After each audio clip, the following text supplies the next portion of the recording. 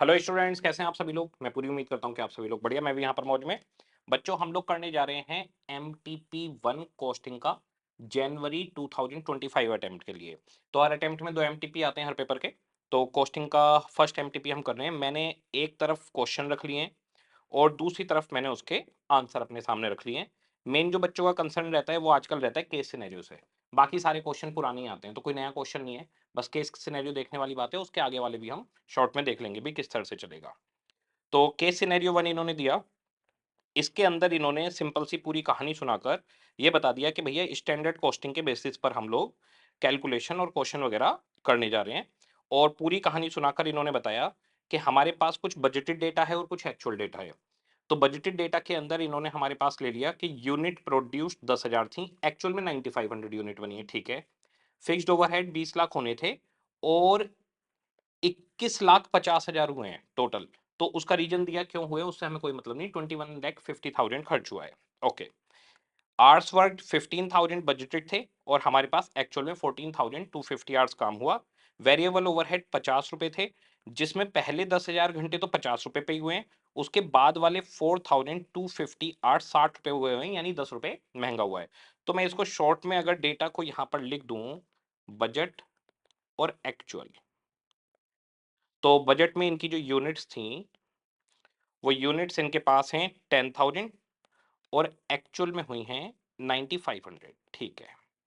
इसके बाद में इनके जो आवर्स हैं वो है 15,000 और 14,250 आवर्स। 15,000, 14,250। और जो इनके फिक्स्ड ओवरहेड और वेरिएबल ओवरहेड है वो हमारे पास फिक्स्ड ओवरहेड इनके बजटेड थे 20 लाख, एक्चुअल में खर्च हुए हैं 20.5 लाख। और वेरिएबल ओवरहेड इनके 50 रुपए पर आवर लगने थे, तो 15,000 यूनिट पर 50 रुपए से 7.5 लाख रुपए इनके बजटेड थे। और जो एक्चुअल में लगे हैं वो लगे हैं 10,000 घंटे पे 50 रुपए और 4250 पर 60 रुपए। 7,55,000 इनके लगे हैं। ये हमारे सामने डेटा बनकर आ गया। तो स्टैंडर्ड पोस्टिंग का बिल्कुल बेसिक सा क्वेश्चन था। अब इन्होंने हमसे पूछा क्या क्या है, जरा वो देखिए। ये हमसे पूछ रहे हैं कि आपको फिक्स्ड ओवरहेड कॉस्ट वेरिएंस निकालना है, फिक्स्ड ओवरहेड वॉल्यूम वेरिएंस निकालना है, उसके बाद variable overhead efficiency, variable overhead expenditure और फिर फिक्स्ड ओवरहेड एक्सपेंडिचर निकालना है। तो हम पहले फिक्स्ड ओवरहेड के निकाल देते हैं। फिक्स्ड ओवरहेड का एक्सपेंडिचर, वॉल्यूम और ओवरऑल कॉस्ट वेरिएंस मांगा है, ठीक है जी। तो हमारे पास ये आ गया जी फिक्स्ड ओवरहेड। फिक्स्ड ओवरहेड में हमें चाहिए रिकवर्ड ओवरहेड, बजटेड ओवरहेड और तीसरा चाहिए एक्चुअल ओवरहेड। तो एक्चुअल ओवरहेड है 20.5 लाख और 20 लाख रुपए बजटेड। इन दोनों का डिफरेंस आ गया फिक्स्ड ओवरहेड एक्सपेंडिचर वेरिएंस, जो 50,000 एडवर्स हो गया। ओके। इसके बाद में रिकवर्ड ओवरहेड की अगर बात करें तो आपने कितनी यूनिट बनाई है, 9,500 यूनिट आपने बनाई है और 10,000 यूनिट पर 20 लाख रुपए थे। तो 20 लाख रुपए 10,000 यूनिट पर, तो 9,500 यूनिट पर कितने रिकवर होंगे। तो ये हमारे पास रिकवर्ड आ जाएंगे 20 lakh divide by 10,000 into 9,500, 19 lakh, 19 lakh रुपए आ गए। तो यहां से यहां पर हो गया वॉल्यूम वेरिएंस, ये 1 लाख रुपए आपका एडवर्स हो गया। और ओवरऑल कॉस्ट वेरिएंस आपका fixed overhead overall cost variance 1.5 lakh adverse हो गया। तो ये फिक्स्ड ओवरहेड के आ गए तीनों। इसके बाद में वेरिएबल ओवरहेड के पूछे। वेरिएबल ओवरहेड में हमारे पास S H S R, A H S R and A H A R, ये तीन चीजें रहती हैं। तो ए एच ए आर तो आ गया 7,55,000। इसके बाद में हमारे पास ए एच एस आर की अगर हम बात करें तो 14,250 आवर्स 50 रुपए से होने चाहिए थे। 14,250 50 रुपए से, तो 7,12,500 होने चाहिए थे। ये हो गया वेरिएबल ओवरहेड एक्सपेंडिचर वेरिएंस। इसमें 755 माइनस किया तो 42,500 एडवर्स हो गया ये। इसके बाद एफिशिएंसी के लिए हमें एसेट चाहिए। तो आपके पास 15,000 घंटे हैं 10,000 यूनिट के लिए, तो 9,500 यूनिट पर कितने लगेंगे, एसेट्स निकल आएगा। एस आर 50 रुपए है, तो हमारे पास 15,000 आवर्स 10,000 यूनिट के लिए, तो 9,500 के लिए कितने होंगे, 14,250 आवर्स चाहिए 50 रुपए से, ये 7,12,500 हो गया। तो यहाँ पर ये हो गया जीरो। तो एफिशिएंसी वेरिएंस यहाँ पर जीरो हो जाएगा आपका। तो ये 5 चीजें इन्होंने केस सिनेरियो 1 में पूछी थी। बहुत ही सिंपल सा बेसिक केस सिनेरियो था। अब जरा एक बार इनके आंसर्स पे जाते हैं। फिक्स्ड ओवरहेड ओवरऑल कॉस्ट आ गई 1.5 लाख रुपए, वॉल्यूम आ गया 1 लाख रुपए, और पांचवे में पूछा था फिक्स्ड ओवरहेड एक्सपेंडिचर 50,000 एडवर्स आ गया। दो पूछे थे वेरिएबल ओवरहेड के, एफिशिएंसी हो गया इनका 0 और एक्सपेंडिचर हो गया 42,500 एडवर्स। पहला केस सिनेरियो खत्म हो गया, बहुत ही आसान है, बहुत ज्यादा आसान। इसके बाद में इन्होंने दूसरा क्वेश्चन दिया, दूसरा क्वेश्चन अच्छा है इनका। सेकंड क्वेश्चन पे आ जाते हैं, ये आ गया second question, case scenario 2। A garment manufacturer has been producing and selling T shirts, ये टी शर्ट्स बनाते हैं इंडियन मार्केट के लिए, और इको फ्रेंडली मटेरियल यूज कर रहे हैं, बायोडिग्रेडेबल सोयल आफ्टर बिकम, ऐसे वैसे कहानी सुनाई जिससे हमें कोई लेना देना नहीं। अब विकास को कुछ और लग रहा है, वो यूएस मार्केट में जाना चाहता है। इन्होंने यहाँ पर current cost each T shirt बता दी, डायरेक्ट मटेरियल 90 रुपए, डायरेक्ट लेबर 60 रुपए, special service use in T shirt making 80 रुपए, जिसका 50% फिक्स है। तो अगर मैं बात करूं वेरिएबल कॉस्ट की, तो यहाँ पर वेरिएबल कॉस्ट 90 प्लस 60 प्लस 40, ये मेरे पास हो गया 190 रुपीज पर यूनिट, ये वेरिएबल कॉस्ट हो गई। अगर मैं फिक्स्ड कॉस्ट की बात करता हूं, तो यहाँ पर 40 रुपए पर यूनिट फिक्स है, 40 रुपए पर यूनिट। इसके बाद फिक्स्ड ओवरहेड दिए हैं, एडमिन ओवरहेड भी फिक्स हो रहे हैं। तो फिक्स्ड कॉस्ट की अगर मैं बात करूं पर यूनिट पर, तो 40 रुपए, 50 और 20, 40 50 90, 110 रुपए पर यूनिट हमारी फिक्स हो गई। और आगे क्वेश्चन बता रहा है कि 200 रुपए का प्रॉफिट जोड़कर हम इसको बेच देते हैं, 300 रुपए हमारी कॉस्ट आ रही है, ठीक है। There is no limitation of any resource in India, कोई की फैक्टर नहीं है। Vikas is able to sell 80,000 units of T shirts each year and currently working at 80% of his total capacity.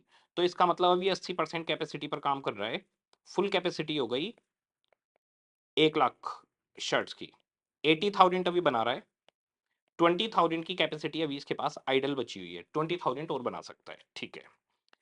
कह रहे हैं after searching for potential customer in US, Vikas received an inquiry for 30,000 units from wholesale distributor in California.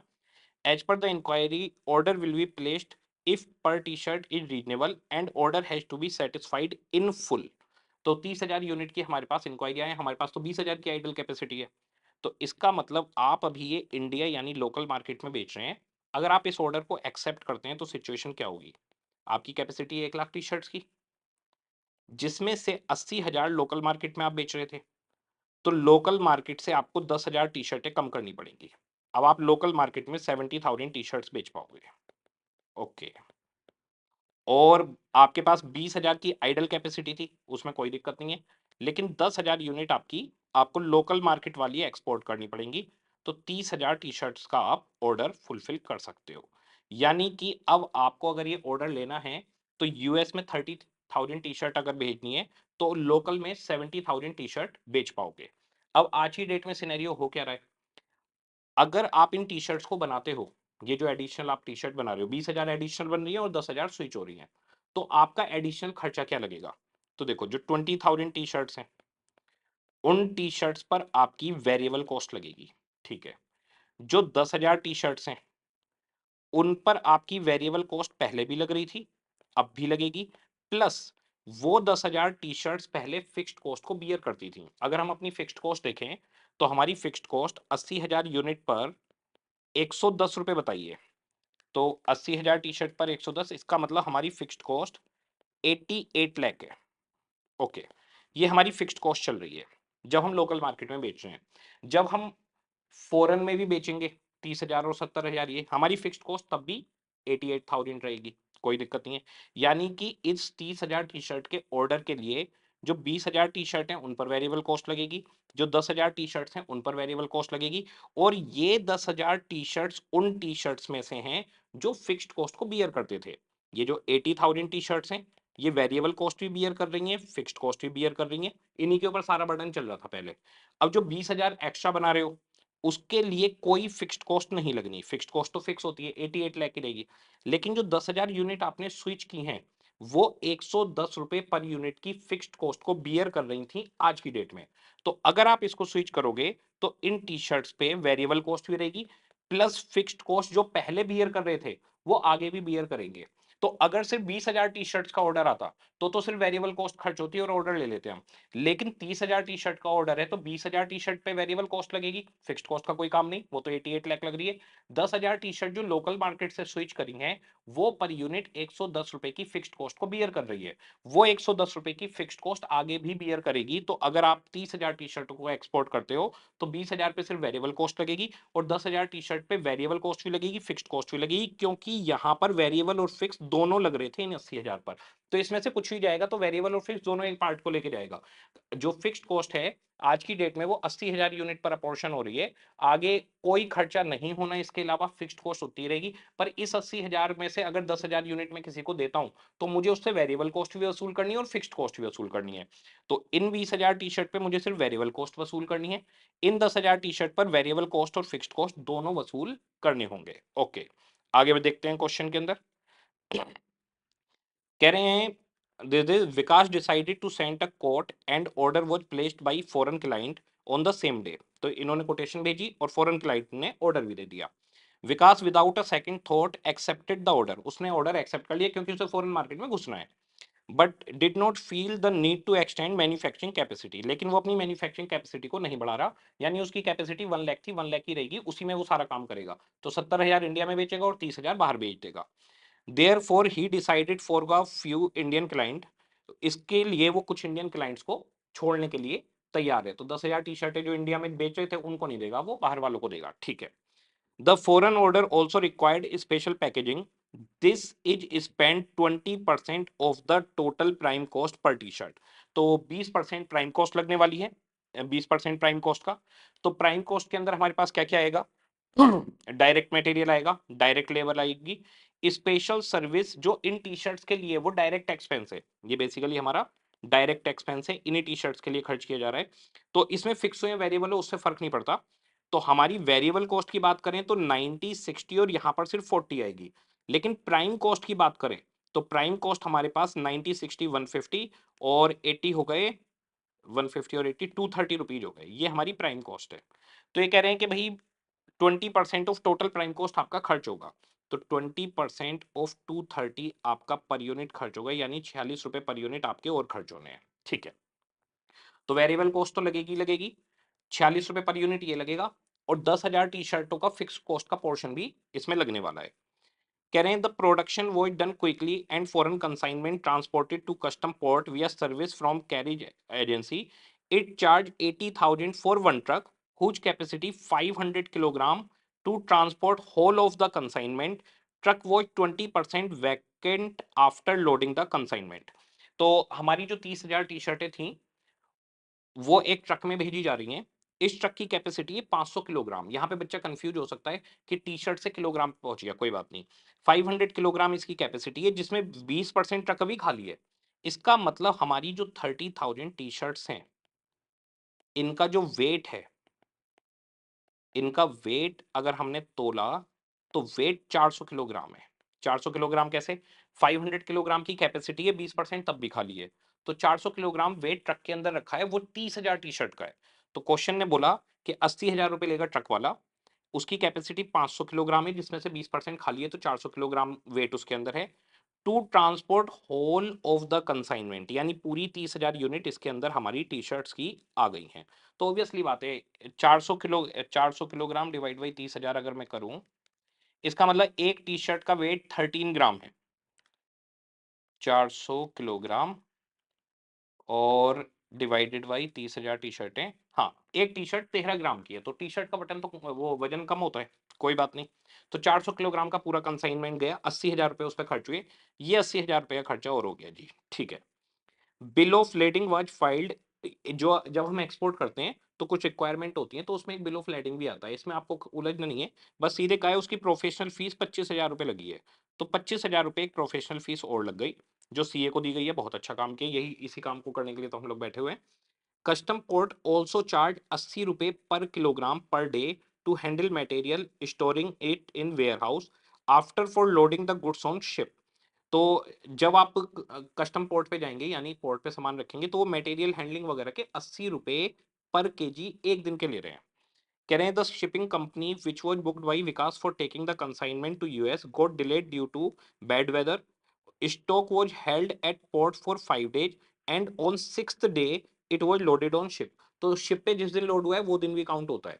तो इसका मतलब 6 दिन port पर ये सामान रहा है, और 1 किलोग्राम पर ये ले रहे हैं हमसे 80 रुपए और टोटल 400 किलोग्राम हमारे सामान की 30,000 टी-शर्टों का वेट है। तो 400 किलोग्राम 80 रुपए 6 दिन, 1,92,000 का खर्चा ये हो गया। ठीक है। इसके आगे कह रहे हैं शिपिंग कंपनी चार्ज 2800 पर 10 केजी ऑफ गुड्स। तो शिपिंग कंपनी 2800 रुपए लेती है 10 किलोग्राम के, हमारा 400 किलोग्राम गया है, तो कितने रुपए ले लिए होंगे? 2800 इंटू 40, ये आ गया जी 2800 इंटू 40, 1,12,000 रुपए इन्होंने ले लिए। ठीक है। अब कह रहे हैं इंश्योरेंस 1,11,000 रुपए का वो करवाया है हमने। तो अगर हमारे खर्चे देखें कि हमारे पास क्या क्या खर्चा हुआ है, तो अब इन 20,000 यूनिट पर हमारी कॉस्ट कितनी लगी है? तो इन 20,000 यूनिट पर हमारी 190 रुपए लगेगी। जो हमारी 10,000 यूनिट एडिशनल हैं, उस पर हम वेरिएबल कॉस्ट भी लेंगे और फिक्स्ड कॉस्ट भी लेंगे। ठीक है।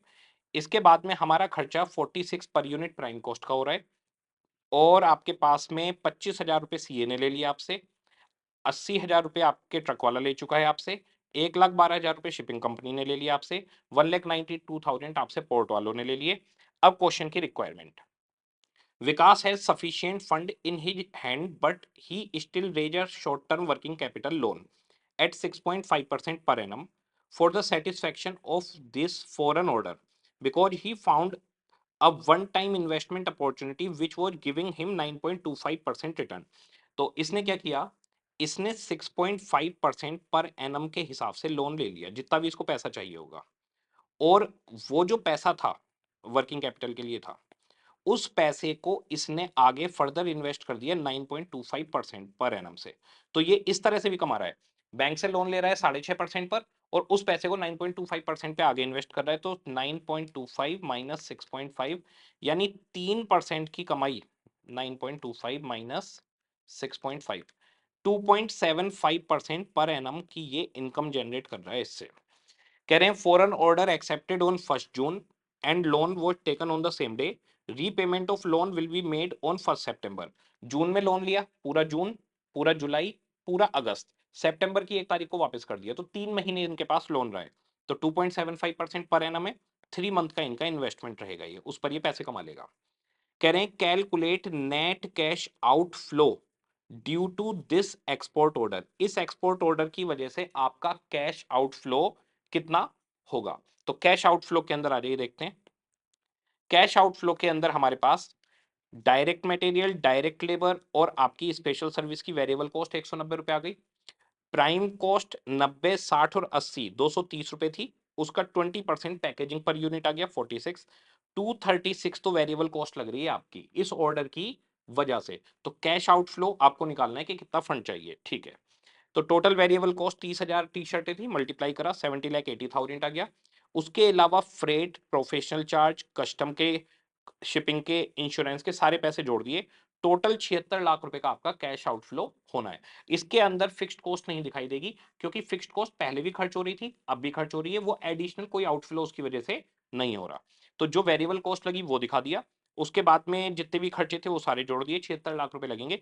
अब इस 76 लाख रुपए को हम 3 महीने के लिए इन्वेस्ट करेंगे, जिसमें हम 2.75% कमा जाएंगे, 6.5 पे लोन लेंगे और 9.25% पे आगे इन्वेस्ट कर देंगे। तो 76 लाख रुपए 3/12 इंटू 2.75%, तो 52,250 की हमारी अर्निंग हो जाएगी उसमें। तो अब आपकी कॉस्ट कितनी लगी? 76 लाख, इसमें से 52,250 आपने कमा लिए, तो आपकी जो नेट कॉस्ट है 52,250, आपकी नेट कॉस्ट लगी 75,47,750। ये हमारी नेट आउटफ्लो हो गया इस ऑर्डर की वजह से। तो ये हमारी नेट कॉस्ट है। तो कितने फंड चाहिए? 75,47,750 के हमें फंड चाहिए। ये हमारे पास निकल कर आ गया। क्वेश्चन की रिक्वायरमेंट नंबर 1 कि आपको फंड कितना चाहिए था। ठीक है जी, फंड निकल गया हमारे पास 75,47,750।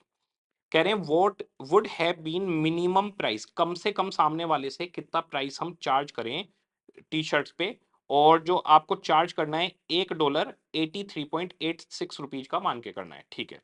जब हम मिनिमम प्राइस चार्ज करते हैं तो हमारी जो ये 75,47,750 लगा है, 75,47,750, 47,750, ठीक है, ये जो हमारी कॉस्ट लगी है हमें ये चाहिए सामने वाले से, प्लस हमारी जो फिक्स्ड कॉस्ट थी 10,000 यूनिट पर 110 रुपए से, हमें वो चाहिए, प्लस जब हम लोकल मार्केट में 10,000 यूनिट बेचते थे, 80,000 यूनिट आप टोटल बेच रहे हैं पहले, उसमें से अब 70 बेच पाएंगे इंडियन मार्केट में, 10,000 उसमें से चली जाएंगी बाहर और 20,000 नहीं बनेंगी, टोटल 30,000 बाहर भेजनी है। तो ये 10,000 यूनिट जब आप यहाँ पर बेच रहे थे तो कुछ प्रॉफिट कमा रहे होंगे, वो प्रॉफिट भी तो हमें चाहिए सामने वाले से, वो भी वसूल करना है। तो हमारे को जो प्रॉफिट मिल रहा था वो मिल रहा था 200 रुपए पर यूनिट। तो इस पर 200 रुपए पर यूनिट हमें प्रॉफिट भी चाहिए। ये हमारे को अमाउंट सामने वाले से चाहिए, देखेगा। तो हमारे पास कितना मिनिमम प्राइस रखेंगे, जो वेरिएबल कॉस्ट आई थी वो चाहिए हमें, पूरी 30,000 यूनिट पे जितना भी खर्चा हो वो जोड़ लिया।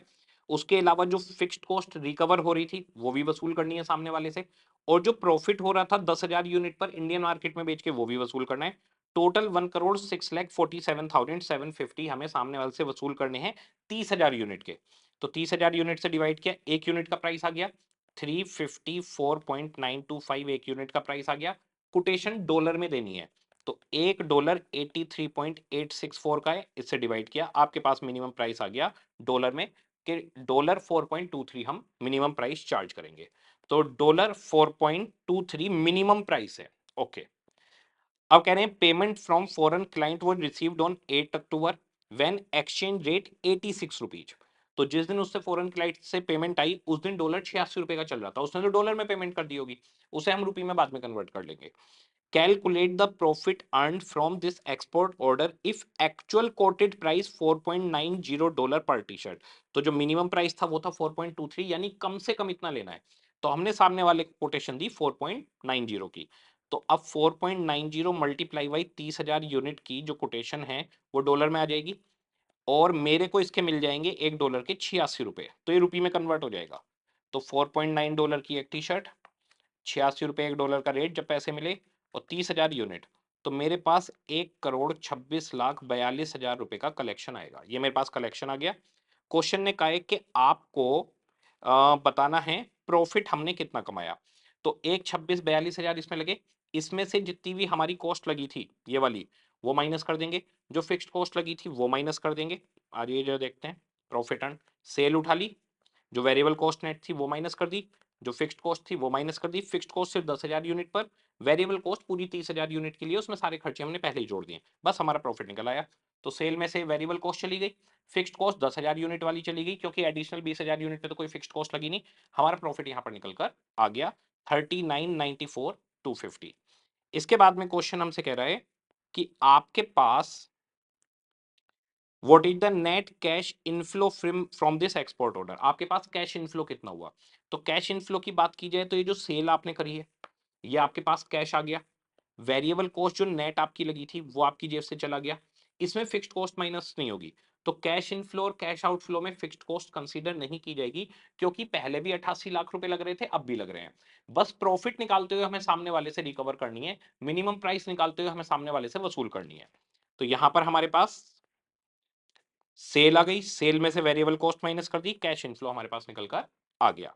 इसके बाद में क्वेश्चन का लास्ट पॉइंट है what is the incremental benefit from this export order. Incremental benefit का मतलब, पहले हम 80,000 यूनिट बेच के क्या कमा रहे थे, और अब टोटल 1 लाख यूनिट आप बेच रहे हो, 70,000 इंडियन मार्केट में और 30,000 बाहर। तो इंक्रीमेंटल प्रॉफिट कितना हुआ, तो इसका एक तरीका तो यह है कि आप पहले 80,000 यूनिट का प्रॉफिट निकाल लो, कितना प्रॉफिट था, और फिर 1 लाख यूनिट पर 70,000 इंडिया में बेचकर और 30,000 बाहर बेचकर जो सेल आई है उसमें से खर्चे माइनस करो और प्रॉफिट निकाल लो, दोनों का प्रॉफिट कंपेयर कर लो।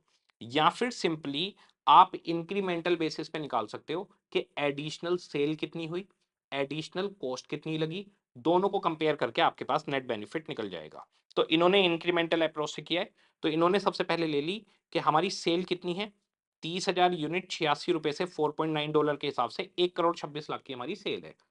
इसमें से जो वेरिएबल कॉस्ट लगी वो माइनस कर दी, फिक्स्ड कॉस्ट जो 10,000 यूनिट पे लगी वो माइनस कर दी, जो हमारी 10,000 यूनिट पर हम इंडिया में प्रॉफिट कमा रहे थे वो माइनस कर दिया।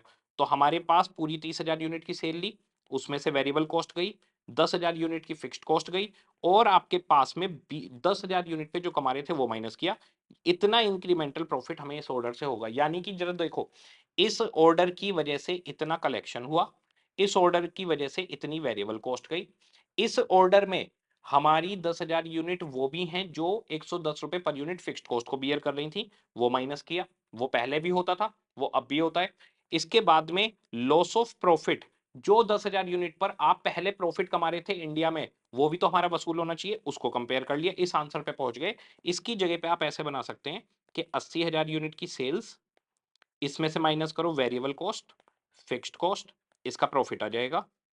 और फिर आप लो 70,000 यूनिट प्लस 30,000 यूनिट।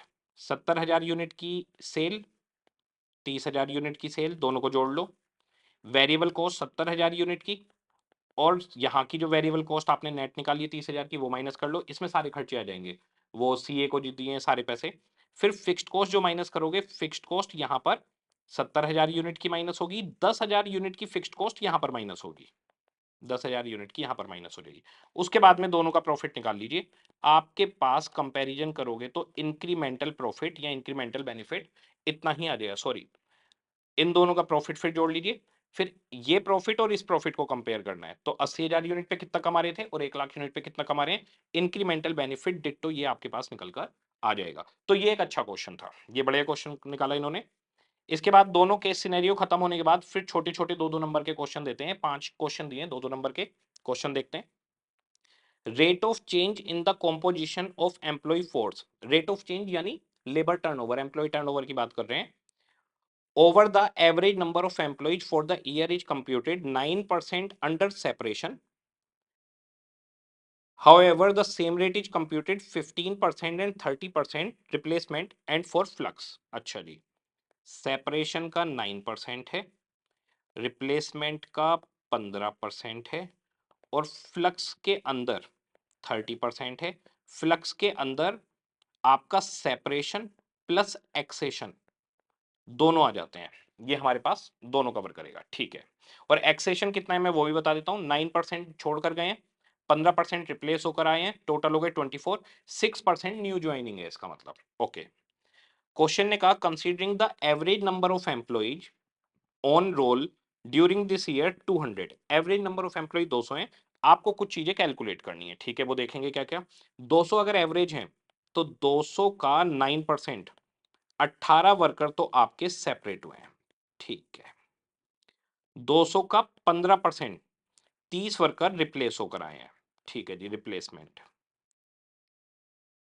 वैसे मैं आपको बता दूं जितने सेपरेट हुए हैं उससे ज्यादा कभी रिप्लेसमेंट नहीं हो सकता। रिप्लेसमेंट का मतलब होता है जो छोड़कर गए हैं उन्हीं की सीटों पर कोई आके बैठा है, लेकिन आईसीआई परसेंटेज दे देता है, गलत है ये। 18 से ज्यादा रिप्लेसमेंट होना ही नहीं चाहिए क्योंकि सेपरेट 18 हुए हैं, पर क्वेश्चन एग्जाम में ऐसे ही आता है, तो आपको परसेंटेज को उठा के सोल्व करना है और आगे बढ़ना है, ठीक है। अब आगे जी 30% 200 का, तो 200 का 30% हो गया 60 वर्कर।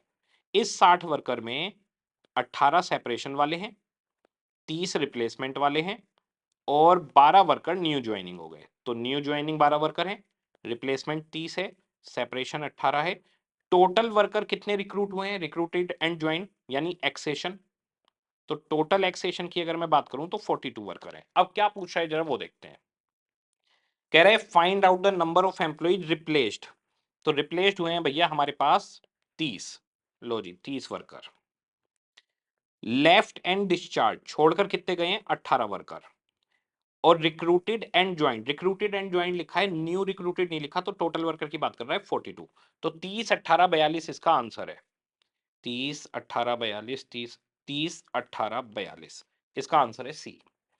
इसके बाद में अगला क्वेश्चन है which of the following is not the cause of difference in financial and cost account. तो फाइनेंशियल और कॉस्ट अकाउंट में डिफरेंस किस रीजन से नहीं आएगा। इनकम टैक्स कॉस्टिंग के अंदर नहीं लगाया, इससे डिफरेंस आएगा। डिविडेंड फाइनेंशियल में क्रेडिट हुआ है, कॉस्टिंग में क्रेडिट नहीं हुआ, इससे डिफरेंस आएगा। Loss on sale of investment not treated in financial account. तो loss of investment financial account में अगर हम लेते तो कॉस्टिंग के अंदर नहीं लिया होता तो डिफरेंस आ जाता, लेकिन ये कह रहे हैं loss on sale of investment हमने फाइनेंशियल अकाउंट में नहीं लिया, कॉस्टिंग में भी नहीं लिया जाता, तो इसकी वजह से कोई डिफरेंस नहीं आएगा। तो क्वेश्चन ने कहा था किसकी वजह से डिफरेंस नहीं आएगा, तो आपने जो लॉस ऑफ सेल वाला आइटम है उसको फाइनेंशियल में नहीं लिया, तो इसकी वजह से कोई डिफरेंस क्रिएट नहीं होगा क्योंकि कॉस्टिंग में भी नहीं लिया गया और फाइनेंशियल में भी नहीं लिया गया। इसके बाद में question number 13, Maiftal limited is currently operating at 60% of its total capacity which is 1.5 times than the previous year. The total capacity of the company 2 lakh units. तो कंपनी की जो कैपेसिटी है वो है 2 लाख यूनिट, जिसमें से 60% इस साल हम यूज कर रहे हैं 1,20,000, जो 1.5 टाइम है पिछले साल की। तो पिछले साल 40% चाहिए होगी, उसका 1.5 टाइम्स इस साल आ रहा है, तो 40% हो गई 80,000 यूनिट। तो पिछले साल 80,000 यूनिट थी, इस साल 1,20,000 यूनिट है। आगे कह रहे हैं other information related to production is provided. Total cost of production for the current year 5928 and previous year 4472। 5928 इस बार की कॉस्ट है और जी पिछले साल की थी 4472। 4472 पिछले साल की कॉस्ट थी। टोटल कॉस्ट दी गई है।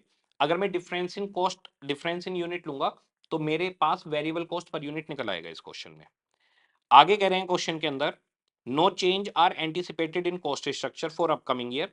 52 इनका सेल प्राइस है, 52 रुपीज इनका सेल प्राइस है, 52। ओके, आगे क्वेश्चन आपसे कह रहा है this you are required to calculate break even point in units. BP in units निकालना है, ठीक है जी। तो सबसे पहले हम निकालेंगे difference in cost, difference in unit, difference in cost divide by difference in units.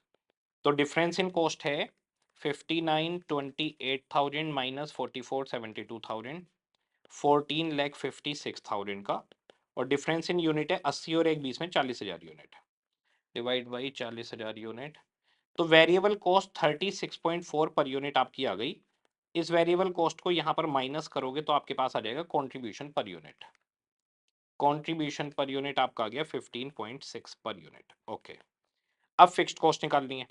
तो फिक्स्ड कॉस्ट के लिए कोई भी एक लेवल की टोटल कॉस्ट ले लो, जैसे इसकी ले ली 4472 टोटल कॉस्ट है, इसमें से वेरिएबल कॉस्ट माइनस कर दो तो 80,000 यूनिट पर 36.4 वेरिएबल कॉस्ट हो गई। तो हमारे पास 80,000 यूनिट, 36.4 और 4472,000 फिक्स्ड कॉस्ट आ गई भैया 15,60,000। अब बीईपी मांग रहे हैं, तो बीईपी के लिए आपके पास fixed cost divide by contribution per unit. Fixed cost है 15,60,000 और 15.6 पर यूनिट का कंट्रीब्यूशन है, 1 लाख यूनिट आपका बीपी आ गया। तो 1 लाख यूनिट बीपी आ जाएगा, ये आ गया जी 1 लाख डी आ गया इसका। 14th, Parth limited operates in insurance business. Previous year, the company launched a new term insurance policy called Max Jeevan and incurred the following expenditure throughout the year. ये सारे खर्चे दे दिए इन्होंने, सर्विस कॉस्टिंग का क्वेश्चन है। तो इंश्योरेंस कंपनी 4 पार्ट में अपने खर्चों को बांट के दिखाती है, वो स्टेटमेंट हमने बूस्टर में भी याद करवाया था आप लोगों को। तो यहाँ पर कह रहे हैं कि आपको इन खर्चों को marketing and sale support, operation, IT cost और सपोर्ट फंक्शन में बांटना है। तो सबसे पहले मार्केटिंग एंड सेल सपोर्ट में आ जाएगा मार्केटिंग, ये आ गया ए कैटेगरी में, marketing policy development A category में, और sale sale sale sale sale support A category में। तो मार्केटिंग एंड सेल सपोर्ट के अंदर पॉलिसी को डेवलप करना, मार्केटिंग करना और सेल सपोर्ट, ये 3 चीजें आ जाती हैं। इसके बाद आ गए ऑपरेशन। ऑपरेशन के अंदर क्लेम मैनेजमेंट, पॉलिसी इशूइंग और पॉलिसी सर्विसिंग, ये 3 चीजें आती हैं। तो claim management, policy issuing, policy servicing, ये आ गया। इसके बाद में आईटी कॉस्ट में आईटी कॉस्ट आ जाएगी, ये आ गया सी कैटेगरी में। इसके अलावा ऑफिस, पोस्टेज, फैसिलिटी और ये आ जाएगा डी कैटेगरी में। ये हमारे बढ़ जाएंगे। तो ये स्टेटमेंट याद होना चाहिए बस और आपका काम हो जाएगा। फ्री के नंबर थे इसमें, तो यहाँ पर हमारे पास इसमें इन्होंने बांट के दिखा दिया।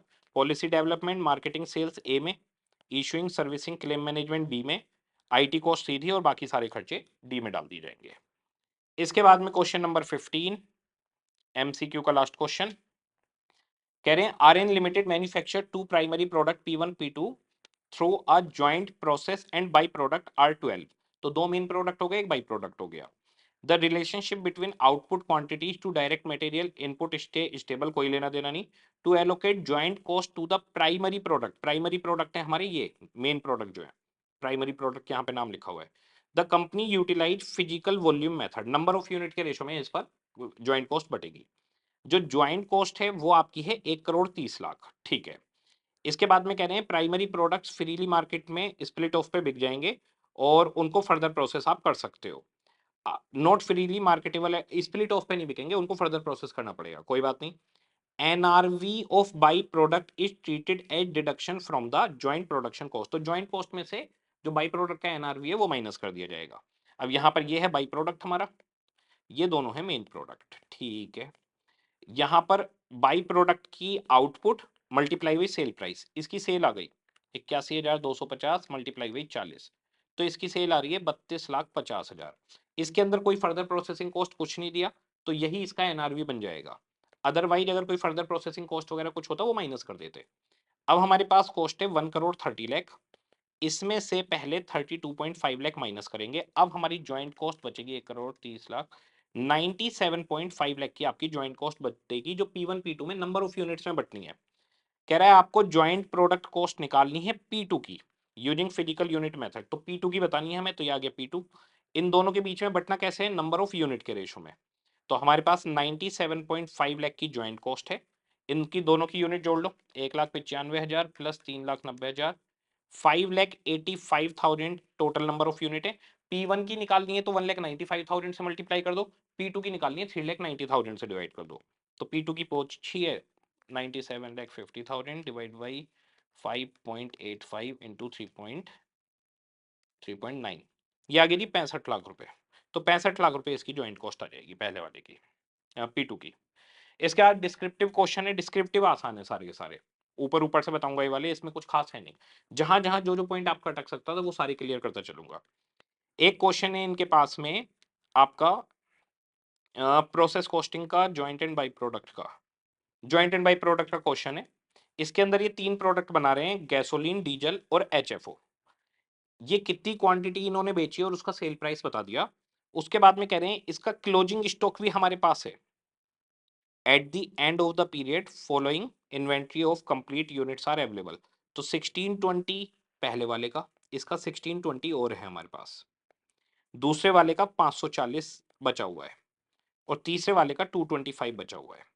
तो हमारे पास जितनी यूनिट बेची है वो बता दिया, प्लस क्लोजिंग स्टॉक बता दिया। ओपनिंग स्टॉक क्वेश्चन के अंदर नहीं है, उसने मना कर दिया, ओपनिंग स्टॉक कुछ नहीं था। तो हमारे पास आ जाएगा आखिर प्रोडक्शन हुआ कितना। तो 1674 प्लस 1620, 3294 इसका प्रोडक्शन हुआ, 4743 प्लस 540, 5283 इसका प्रोडक्शन हुआ और 6624 प्लस 225 इसका प्रोडक्शन हुआ 6849। ये इनका प्रोडक्शन निकाल लिया। जो ज्वाइंट कॉस्ट बढ़ती है वो नंबर ऑफ यूनिट्स प्रोड्यूस पे बचती है। तो जितनी यूनिट आपकी प्रोड्यूस हुई हैं उसके ऊपर ज्वाइंट कॉस्ट बढ़ेगी, जो बेची हैं उनके पोर्शन की ज्वाइंट कॉस्ट आपकी मेन कॉस्ट बन जाएगी, सीओजीएस का पार्ट बन जाएगी। मैं बताऊंगा कैसे होगा। कह रहे हैं आपको गैसोलीन, डीजल और एचएफओ के लिए ज्वाइंट कॉस्ट कितनी बटेगी वो निकालनी है और सीओजीएस निकालना है, इनका एनआरवी मेथड लेके चलना है, ठीक है। तो हमारे पास जो एचएफओ है उसके ऊपर फर्दर ज्वाइंट कॉस्ट लगाई जाएगी 744 और जो नॉर्मल ज्वाइंट कॉस्ट है वो 15 लाख है। तो हमारे पास 15 लाख रुपए है ज्वाइंट कॉस्ट, ये बटनी है एनआरवी मेथड से। जो एचएफओ है वो फर्दर प्रोसेस करके बेचा गया है और एचएफओ के ऊपर 744 फर्दर कॉस्ट लगी है, बाकी दोनों स्प्लिट ऑफ पर बेचे गए हैं। तो ठीक है, अब जो हम ज्वाइंट कॉस्ट बांटनी है तो सेल जो 1674 यूनिट की है वो नहीं लेंगे, जितनी बनाई है 3294 उतनी यूनिट की सेल लेंगे ज्वाइंट कॉस्ट बांटने के लिए। तो ज्वाइंट कॉस्ट बांटने के लिए 3294 इंटू 400, 5283 इंटू 300, 6849 इंटू 200 इनकी सेल आएगी। एनआरवी से इन्होंने कहा है कि क्वेश्चन को सोल्व करना है, तो फर्दर कॉस्ट सिर्फ एचएफओ में से माइनस हो जाएगी 7.44 लाख और इनका एनआरवी आ जाएगा। उस रेशो में 15 लाख रुपए की ज्वाइंट कॉस्ट को हम बांट देंगे। तो हमारे पास ये आ गया, इनकी सेल ले ली 3294, 5283 और 6849 की, जो प्रोडक्शन है। सेल ली, उसमें से कॉस्ट सिर्फ एक की आएगी एचएफओ की। जितनी भी आपके पास एनआरवी आया 15 लाख रुपए को इस रेशो में हमने बांट दिया, ज्वाइंट कॉस्ट निकल गई पूरे प्रोडक्शन की। अब दूसरा पॉइंट पूछ रहा है इसके अंदर कि भाई आपको साथ में सीओजीएस भी निकालना है, ठीक है। तो आपने 3294 यूनिट बनाई थी पहले वाले की, जिसमें से 1674 बेची हैं, ओके। आ जाइए, अब क्या करेंगे हम, देखिए इसकी ज्वाइंट कॉस्ट है 560, 156, 3294 यूनिट्स की। इसमें से बेची कितनी है, इसमें से इन्होंने बेची हैं, ये सब करने की जरूरत नहीं है, इन्होंने बड़ा लंबा कर रखा है, सीधे 1674 इसमें से बेची हैं, ये इसका सीओजीएस आ जाएगा, सिंपल तरीका बिल्कुल। तो 560, 156, 3294 की कॉस्ट है 1674 जो बेची है उनकी कॉस्ट कितनी होगी, 284669। ये इसकी ज्वाइंट कॉस्ट का पोर्शन सीओजीएस में चला जाएगा। और अगर मैं इसी में क्वेश्चन में अगर पूछ लेता क्लोजिंग स्टॉक बताओ, तो क्लोजिंग स्टॉक कितना था इसका, क्लोजिंग स्टॉक था इसका 1620।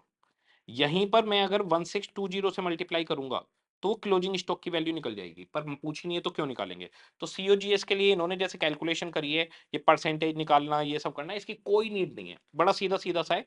ज्वाइंट कॉस्ट उठाओ, कितनी यूनिट बनी थी कितनी बिकी है, मल्टीप्लाई करो, सीओजीएस आ जाएगा। जैसे दूसरे वाले का है आपका 673795, कितनी यूनिट्स का, 5283 का, इसमें से कितनी बेची है बस वो उठा लो।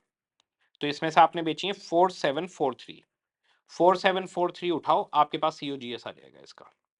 और लास्ट वाले के अंदर ध्यान रखना है कि इसकी ज्वाइंट कॉस्ट है 266049, प्लस इस पे फर्दर कॉस्ट लगी थी 7,44,000, फर्दर कॉस्ट ही जुड़ेगी, बाकी में तो लगी नहीं थी। इसकी टोटल कॉस्ट हो गई इतनी, कितनी यूनिट्स की, 6849 की इतनी कॉस्ट है। अब सीओजीएस निकालना है तो जो यूनिट बेची है वो ले लो, 6624 बेची है, तो 6624 से मल्टीप्लाई करो, 6624, ये आ गया 6624, और आपके पास इसका सीओजीएस निकल आएगा। तो इतनी लंबी चौड़ी कैलकुलेशन की कोई नीड नहीं थी जितनी इन्होंने करके दिखाई है, बहुत लंबा कर रहे हैं ना। तो हाँ आ जाइए, इसके बाद में क्वेश्चन है स्टोर लेजर का। कह रहे हैं ये इंफॉर्मेशन आपको दे रहे हैं, कॉस्ट रिकॉर्ड दिए हुए हैं स्टोर्स में, ओपनिंग बैलेंस 90,000 है, बैलेंस ब्रॉट डाउन आ जाएगा, परचेज आ जाएगी टू साइड में आ जाएगी 48, ट्रांसफर फ्रॉम डब्ल्यूआईपी यानी डब्ल्यूआईपी से वापस आया है तो टू साइड में आएगा स्टोर्स में, issue to WIP by side में आ जाएगा by WIP, issue for repair factory overhead में जाएंगे बाई साइड में, डेफिशिएंसी फाउंड इन स्टॉक ये नहीं बताया नॉर्मल लॉस है एबनॉर्मल है, अगर एजम्पशन देनी पड़ेगी, नॉर्मल लॉस लेते हो तो फैक्ट्री ओवरहेड में भेजो, एबनॉर्मल लॉस लेते हो तो कॉस्टिंग पी एंड एल में भेजो, ठीक है। इसके बाद में डब्ल्यूआईपी के अंदर opening balance, balance brought down आ गया, डायरेक्ट वेजेज आ गई, ओवरहेड आ गए, जितना आपके पास मटेरियल आया था वो टू एसएलसी के नाम पर आ जाएगा, और कुछ वापस ही किया है वो बाई एसएलसी के नाम पर आ जाएगा, ठीक है। इसके बाद क्लोजिंग बैलेंस आ गया, बैलेंस सीडी हो गया, जो आपके पास बीच में फिगर बची, जो बैलेंसिंग फिगर बची वो हो गई कॉस्ट ऑफ प्रोडक्ट कंप्लीटेड, कि कितनी कॉस्ट कंप्लीटेड की लगी है, ऐसे बता देता हूं आपको।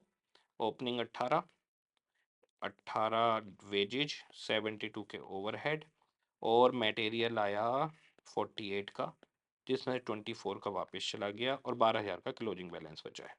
तो ये हो गया 18,000, 18,000, 72,000, 18, 18, 72, 48, -24, -12, तो 1,20,000 रुपये आ गई जो प्रोडक्ट कंप्लीट हुआ है। इसे हम फिनिश्ड गुड्स स्टोर में भेजते हैं, पर यहाँ पर फिनिश्ड गुड्स स्टोर नहीं है। कह रहे हैं हमने 10% प्रॉफिट जोड़कर डब्ल्यूआईपी से इसको बेच दिया। अब इसके दो तरीके हैं, एक तो ये कि कॉस्टिंग पी एंड एल में ले जाओ आप, एक 20 का लेके जाओ और एक 32 में बिक जाएगा, 10% प्रॉफिट जोड़ दिया जी। दूसरा तरीका ये है आप इसको यहीं पे सेल करके दिखा सकते हो डब्ल्यूआईपी अकाउंट में 132 की, और टू में प्रॉफिट लिख दो 12,000 रुपए। अब ये 12,000 रुपए कॉस्टिंग पी एंड एल में चले आएंगे, दोनों प्रेजेंटेशन ठीक मानी जाती हैं। इसके बाद में वेजेज और ओवरहेड दे दिया, बोले स्टोर लेजर बनाओ, स्टोर लेजर बन गया जी, डब्ल्यूआईपी बनाओ वो भी बन गया जी, ओवरहेड और कॉस्टिंग पी एंड एल बनाओ। अब ओवरहेड अकाउंट पे आते हैं, तो ओवरहेड इनकर्ड है 75, टू में आ गया, ओवरहेड रिकवर्ड जो डब्ल्यूआईपी पे गया है वो है 72, ठीक है। इसके अलावा जो मटेरियल था स्टोर था वहां से 6,000 रुपये रिपेयर के आए थे, वो 6,000 आ गए, और आपके पास में यहाँ पर जो डेफिशिएंसी थी, अगर नॉर्मल लॉस मानोगे तो फैक्ट्री ओवरहेड में आएगा, वरना नहीं आएगा, तो अगर नॉर्मल मानोगे तो आ जाएगा, तो मान लो नॉर्मल माना है तो आ जाएगा। इसके बाद वेजिज थी 21,000 की, इसमें से डायरेक्ट वेजिज चली गई आपके पास 18,000 की डब्ल्यूआईपी अकाउंट में, 3,000 की इनडायरेक्ट वेजिज हो गई वो फैक्ट्री ओवरहेड में जाएगी, तो 3,000 रुपये ये भी आ गए। तो हमारे पास 75,000, 6,000, 1,800 और 3,000, 85,800 हुए, जिसमें 72,000 रिकवर्ड हो गए, 13,800 ओवरहेड अकाउंट में आ जाएगा। इसको अंडर रिकवरी है तो कॉस्टिंग पी एंड एल में आप इसको ले जाएंगे। कई बार कैरी फॉरवर्ड भी कर देते हैं तो बैलेंस शीट हो जाता है, बाकी costing P and L preferred है, तो इन्होंने कैरी फॉरवर्ड किया पर आप कॉस्टिंग पी एंड एल में ले जाइए चलेगा। उसके अलावा दूसरी बात ये कि इस क्वेश्चन में ये नहीं बताया कि ये इंटीग्रेटेड है या नॉन इंटीग्रेटेड है, तो आप एग्जाम में एजम्पशन लेकर इंटीग्रेटेड या नॉन इंटीग्रेटेड किसी से भी बना सकते हैं, तो इन्होंने बनाया नॉन इंटीग्रेटेड से, जीएलए लिया है, आप इसको नॉर्मल तरीके से कर सकते हैं, टू परचेज इस तरह से लिख सकते हैं। ओवरहेड में भेजी है इन्होंने डेफिशिएंसी, नॉर्मल लॉस मांगा है, माना है और लिखा है आप इसको एबनॉर्मल लॉस मान सकते हो, तो कॉस्टिंग पी एंड एल में चला जाता। इसके बाद डब्ल्यूआईपी के अंदर इन्होंने 1.20 का सामान आ गया, वो कॉस्टिंग पी एंड एल के अंदर जाएगा और 1.32 में 10% प्रॉफिट जोड़कर बेच देंगे। ओवरहेड अकाउंट के अंदर इन्होंने यहाँ पर आ गया इनका 85,800, 72 रिकवर हुआ, 13,800 की अंडर रिकवरी आ गई। इसको कॉस्टिंग पी एंड एल में भी आप ले जा सकते हैं। इन्होंने बैलेंस शीट किया, अगर कॉस्टिंग पी एंड एल में ले जाएंगे तो कॉस्टिंग पी एंड एल के अंदर यहाँ पर 13,800 रुपए टू साइड में और नजर आने लग जाएंगे। ठीक है, दोनों तरीके से ठीक है, वो उसमें कोई दिक्कत नहीं है, पूरे नंबर मिलेंगे दोनों केस में।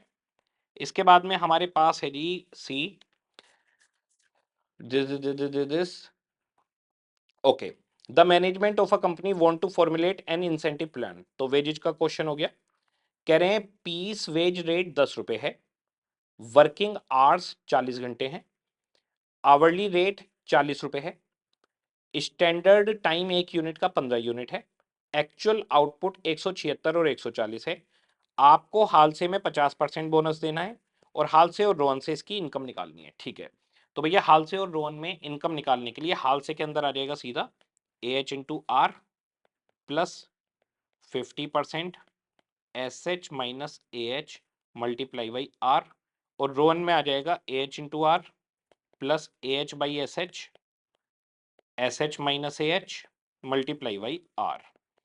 तो जो इनका आर है वो गिवन है 40 रुपए पर आर है, और जो ए एच है वो 40 घंटे हैं। ठीक है जी, तो ए एच है 40 घंटे, रेट है 40 रुपए और ये रेट आ गया 40 रुपए। ठीक है जी, 40 40 और रेट 40। अब बचता है मुद्दा ये ए एच 40 40 एस एच का मुद्दा बचता है।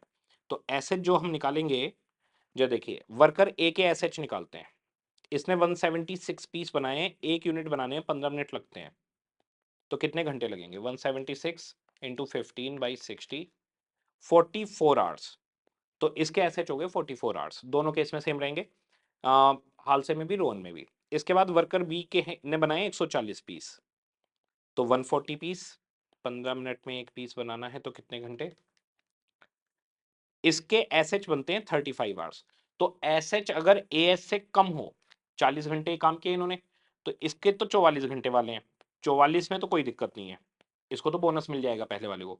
जो दूसरे के 35 है उसका बनेगा नेगेटिव, तो अगर नेगेटिव है तो जीरो बोनस देंगे, सिर्फ उसको ए एच इंटू आर मिल जाएगा, क्वेश्चन खत्म। इसके बाद में है हमारे पास Baba Limited belong to an automotive industry manufacturing hybrid bicycle. The production of bicycle passes through three departments X1, Y2, Z3. Bicycle being equipped with gear need quality check from the time to time. Thus, the company also operate two service department. तो इसमें तीन production department हैं X1, Y2, Z3 और दो हमारे पास इसमें service department है QC और M। ठीक है, अब आगे इंफॉर्मेशन दे रहे हैं कि रैंड, जनरल लाइटिंग, इनडायरेक्ट पावर, ये सब कुछ। प्रोडक्शन डिपार्टमेंट के अंदर एडिशनल इंफॉर्मेशन दे दी, डायरेक्ट वेजेज कितनी है, वर्किंग आवर्स कितने हैं, ये सारी इंफॉर्मेशन आ गई। फिर X1, Y2, Z3, QC और M के बीच में किस तरीके के खर्चे बटे हैं। तो जो सर्विस डिपार्टमेंट 1 है और ये जो सर्विस डिपार्टमेंट 2 है, सर्विस डिपार्टमेंट 1 प्रोडक्शन डिपार्टमेंट को भी सर्विस दे रहा है और दूसरे सर्विस डिपार्टमेंट को भी, और सर्विस डिपार्टमेंट 2 भी सारे प्रोडक्शन डिपार्टमेंट और दूसरे सर्विस डिपार्टमेंट को भी दे रहा है। तो ये रेसिप्रोकल वाली सिचुएशन हो गई। तो जब भी आपके पास में रेसिप्रोकल सिचुएशन होती है, तीन तरह से इसको सोल्व कर सकते हैं, रिपीटेड डिस्ट्रीब्यूशन से, इक्वेशन मेथड से और ट्रायल एंड एरर से। एग्जामिनर या तो खुद बताएगा कौन सा मेथड लगाना है, वरना कोई भी लगाया जा सकता है। कह रहे हैं आपको ओवरहेड का डिस्ट्रीब्यूशन करना है सारे डिपार्टमेंट के बीच में, ओवरहेड का रेट पर आवर निकालना है, और रीडिस्ट्रीब्यूशन के बाद रीडिस्ट्रीब्यूशन कैसे करना है ये नहीं बताया। तो आप इसमें इक्वेशन मेथड, रिपीटेड डिस्ट्रीब्यूशन या फिर ट्रायल एंड एरर लगा सकते हैं। खर्चे कैसे बटेंगे वो मैं आपको बता देता हूँ। डायरेक्ट वेजेज प्रोडक्शन डिपार्टमेंट के अंदर नहीं आएगी, सर्विस डिपार्टमेंट की आ जाएगी। इसके बाद में रेंट एंड रेट्स है, आपके पास स्पेस दिया हुआ है, स्पेस के रेशो में बढ़ जाएगा। जनरल लाइटिंग है, नंबर ऑफ लाइट पॉइंट के रेशो में बढ़ जाएगा, लाइट पॉइंट गिवन है। इसके बाद इनडायरेक्ट वेजेज है, डायरेक्ट वेजेज के रेशो में बढ़ती है।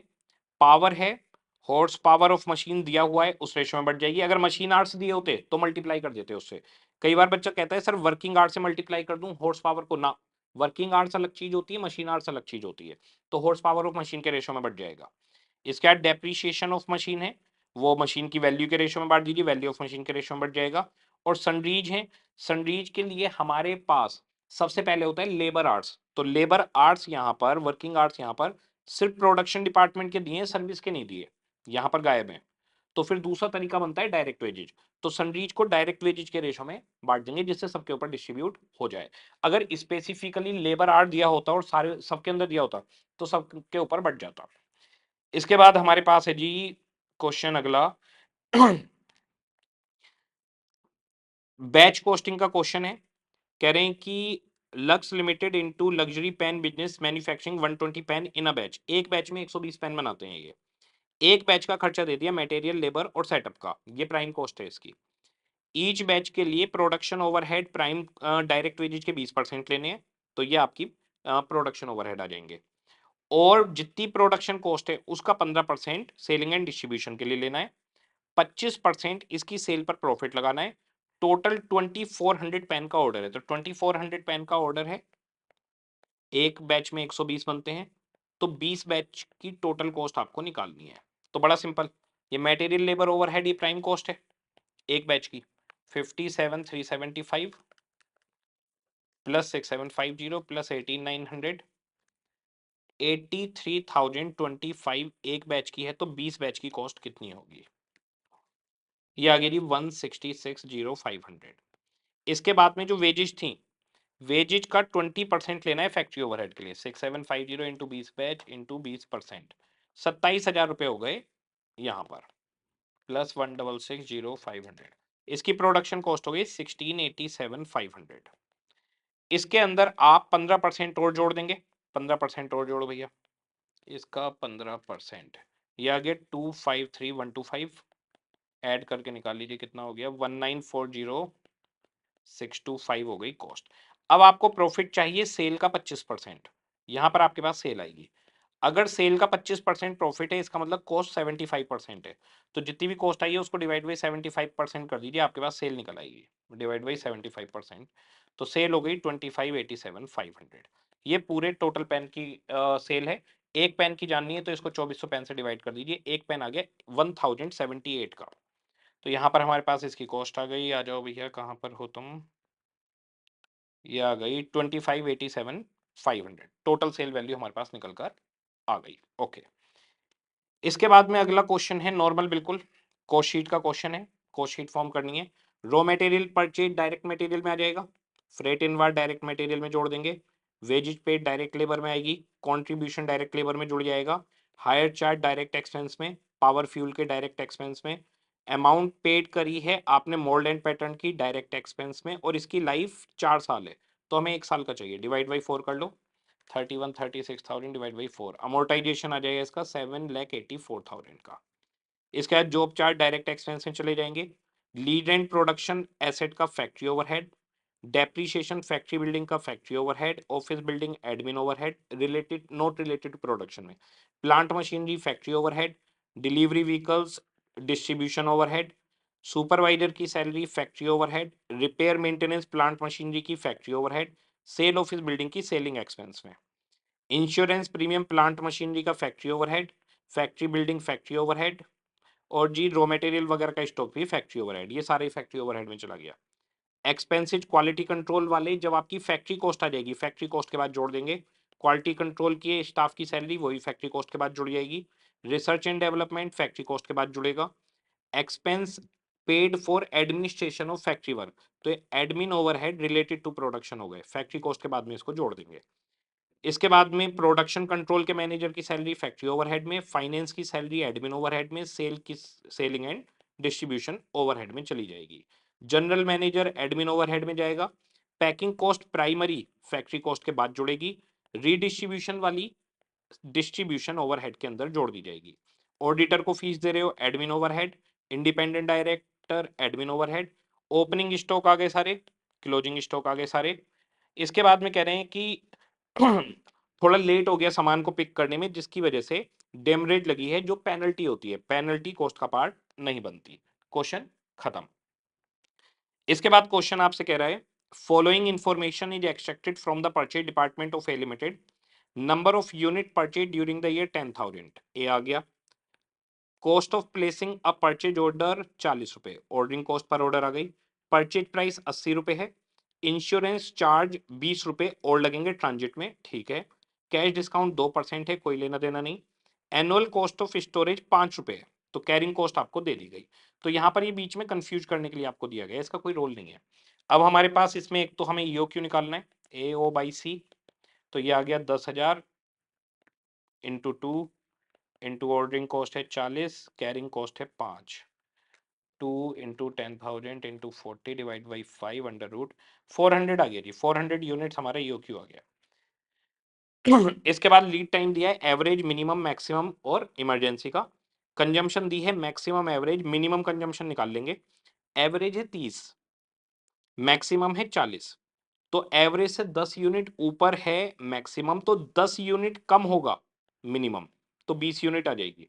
आप बाकी एवरेज वाले फॉर्मूले से भी लगा सकते हो, average equal to maximum plus minimum divide by 2। आपके पास मैक्सिमम है, आपके पास एवरेज है, मिनिमम निकल आएगा, तो 20 यूनिट आ जाएगी। कह रहे हैं आरओएल बताओ, तो maximum consumption 40 unit, maximum lead time 30 दिन, ये हो गया जी 1200 यूनिट्स।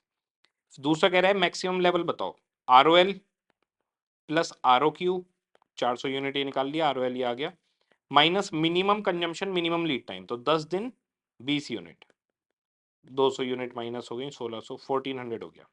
मिनिमम लेवल कह रहा है, तो आरओएल में से average consumption average lead time को माइनस कर दो, तो average consumption multiply by average lead time 600 गई, 600 बची।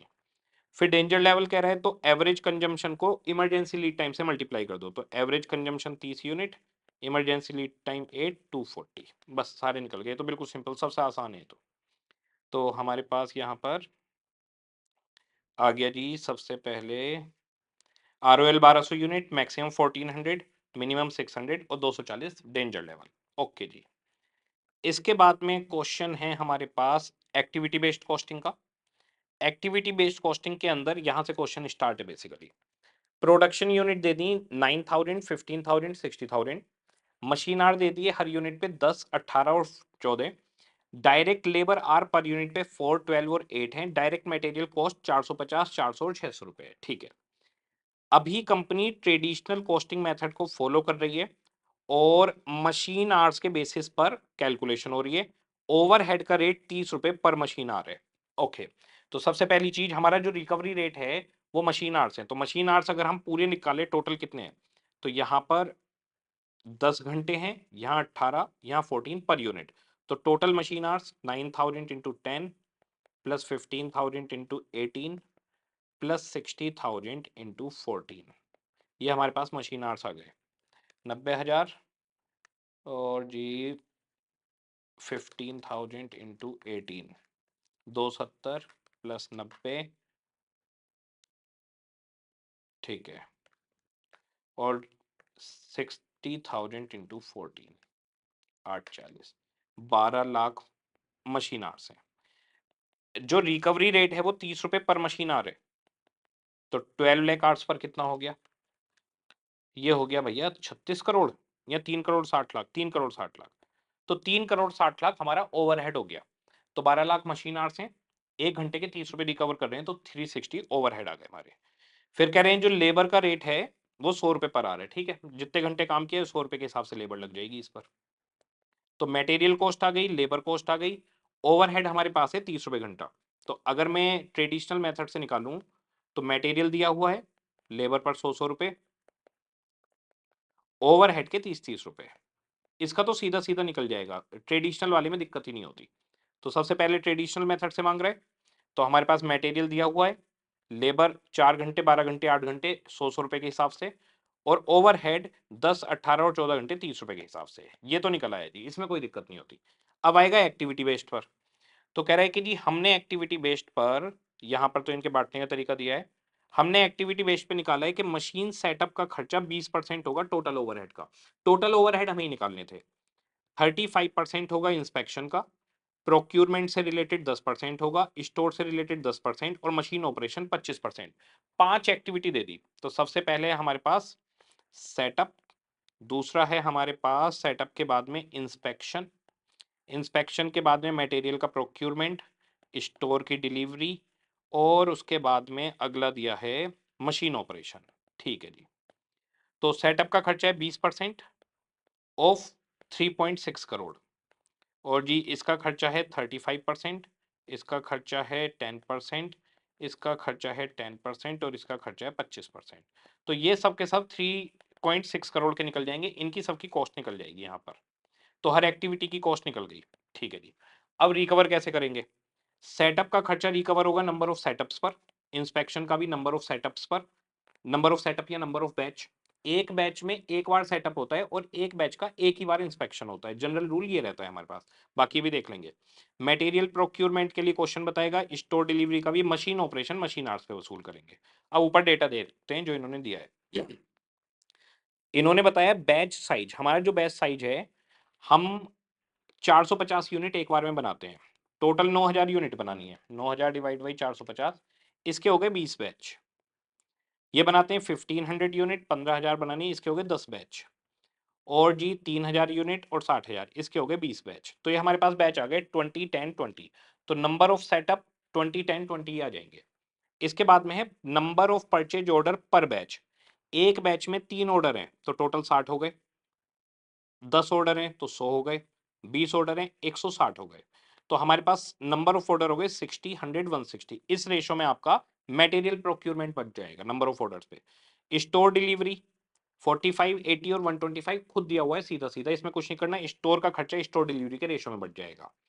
नंबर ऑफ इंस्पेक्शन पर बैच, एक बैच में कितने इंस्पेक्शन होते हैं? 5, तो 20 बैच में 100, 4 होते हैं तो 10 में 40, 3 होते हैं तो 20 में 60।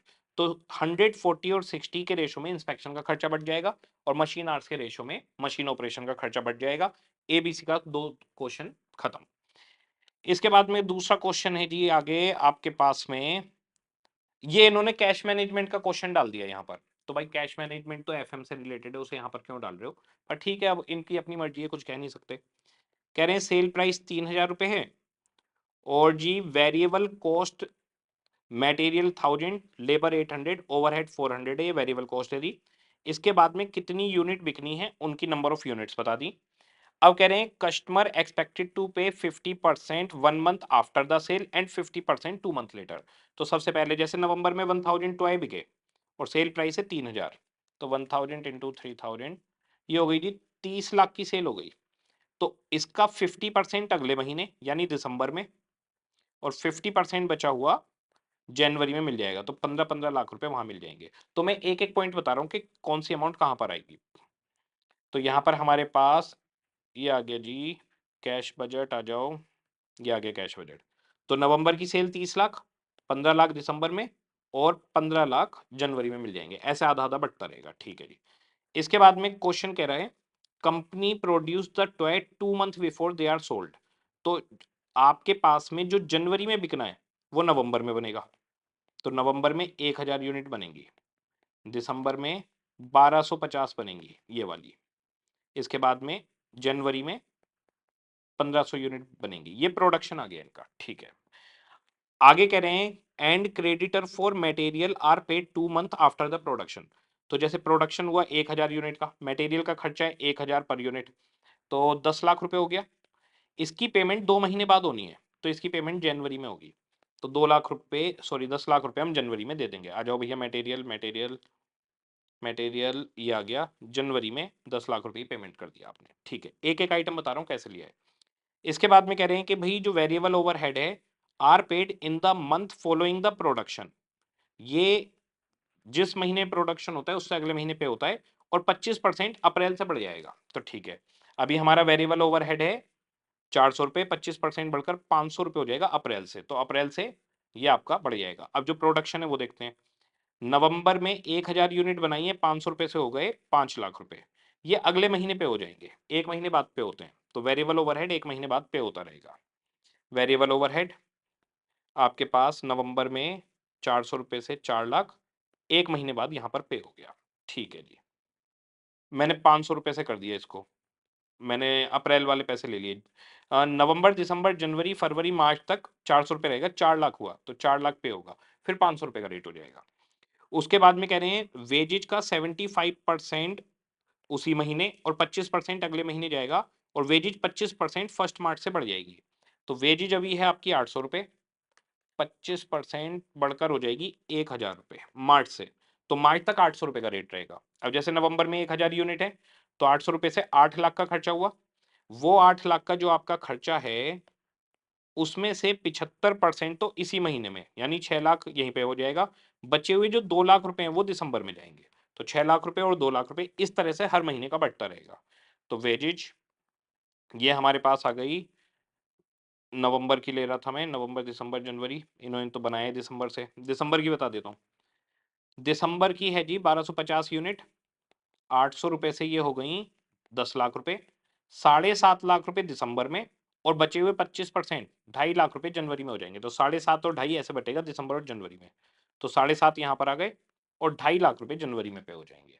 बस क्वेश्चन खत्म। बाकी इन्होंने कुछ आइटम दिए हैं। कह रहे हैं जून में 20 लाख रुपए की एक प्रॉपर्टी हम सेल करने वाले हैं, तो पैसा इनफ्लो में आ जाएगा। एक मशीन 5 लाख की खरीदने वाले हैं, आउटफ्लो में चला जाएगा।